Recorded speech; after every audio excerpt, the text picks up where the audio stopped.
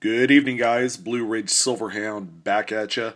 Hope everybody's having a great weekend as we are approaching Christmas. A lot of you are probably in the middle of doing a lot of shopping, probably doing a lot of shipping, which is where this conversation is heading because I've had some pretty good conversations with people in the industry, and I'm a I'm a coin currency kind of guy on these channels. So for those of you that are new that have just now stumbled upon this, then this will actually work for you as well.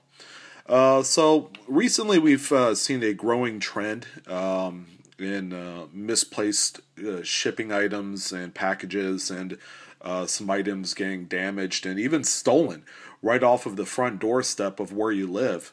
We've all seen some videos, some pretty horrifying testimonies, a lot of photos online, and I've seen my fair share of them. And whether we're talking about the post office, FedEx, or UPS, all pretty good carriers, and all have weathered the storms pretty well. Well, maybe except the post office, for obvious reasons. The whole internet age is kind of taking over that segment in shipping, and I've compiled kind of a small list of different things that you guys should be aware of when you're shipping out for the holiday season. There is one thing that I like participating in at the same time every year, and that's a Secret Santa gift exchange. In this case, I'm talking about these forum sites that I'm a member of, and have been for the better part of the last half decade. There's always a moderator that organizes a Secret Santa gift exchange. Of course, in these endeavors. It's kind of hit or miss. It's a $10 gift, so it's nothing substantial. But when it comes to something, say, like this, or when you're shipping out a high dollar item, whether it's coins, currency, jewelry, or anything of any extraordinary value, there's a lot of precautions that need to be taken care of. So that way you could cover your investment, cover your sale, cover your customers' money.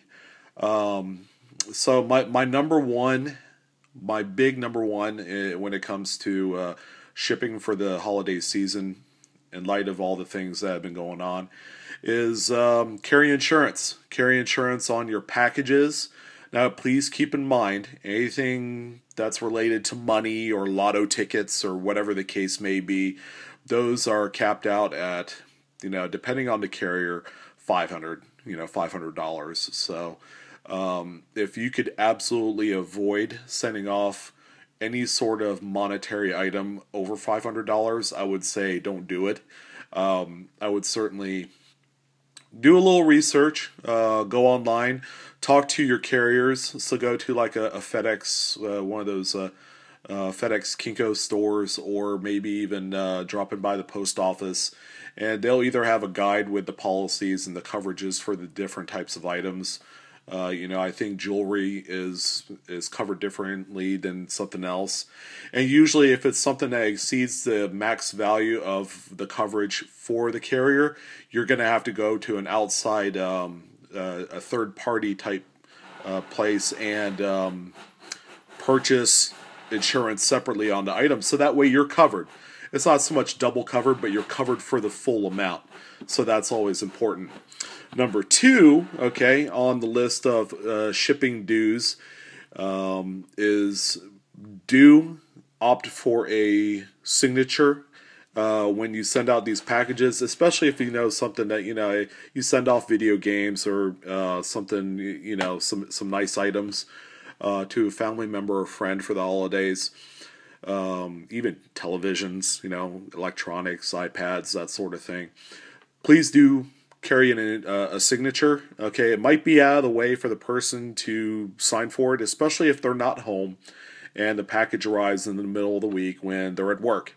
Okay, I think I speak for a lot of people that if you have a $500 iPad in there, please get a signature. It's always important, and I'll even go out of my way to go to the post office and sign for the item in person, so that way I know I get my package, okay? Because these are type of things that people often just leave at the doorstep, and there are people that all they do is they follow around a post office carrier vehicle or a FedEx truck, and they look out for some high price items, and they come in on your doorstep, sweep it away, steal it, and most times than not, a lot of residences don't have cameras set up for this type of thing. So that's the number two warning is do a signature if it's anything over $50, I'd say.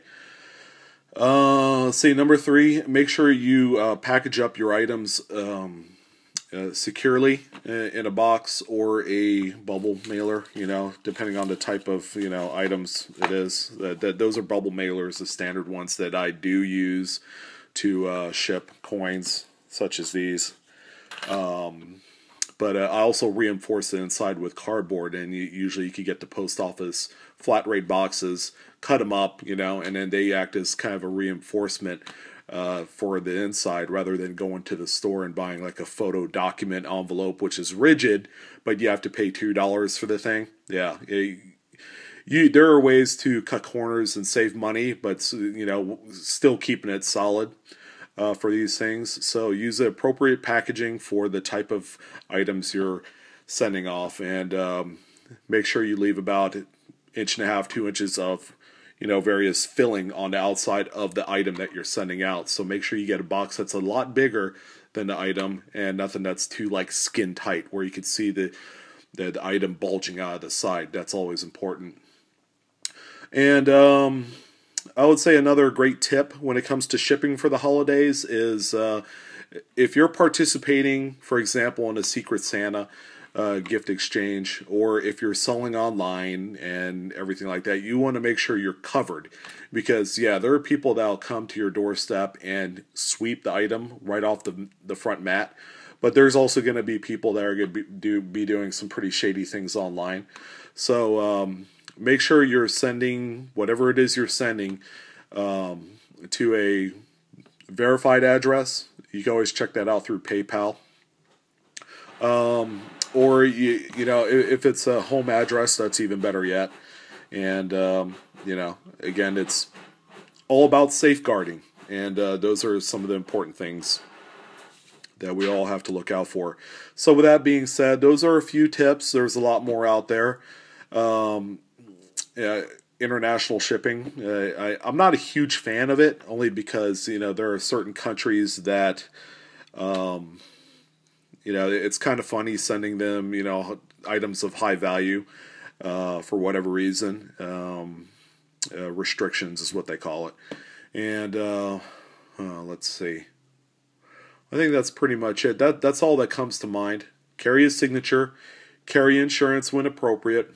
Pack an item securely. Make sure you that your box will kind of pass the crush test, is what they call it. If a 50-pound bowling ball, or actually they don't make 50-pound bowling balls, but let's say a 16-pound bowling ball in a box falls on top of your item, will it be safe? Especially if you don't carry insurance, then you're kind of screwed on that one. But hey guys, thanks a lot for tuning in. I'll be back here shortly. We're going to discuss some bargain pieces, some coins, currency, and other doodads that you could buy for a loved one for under $25. And because of the price of silver being down as it is, this list is actually a lot bigger than what it used to be 2 years ago. So anyways, stay tuned, and I'll talk to you soon.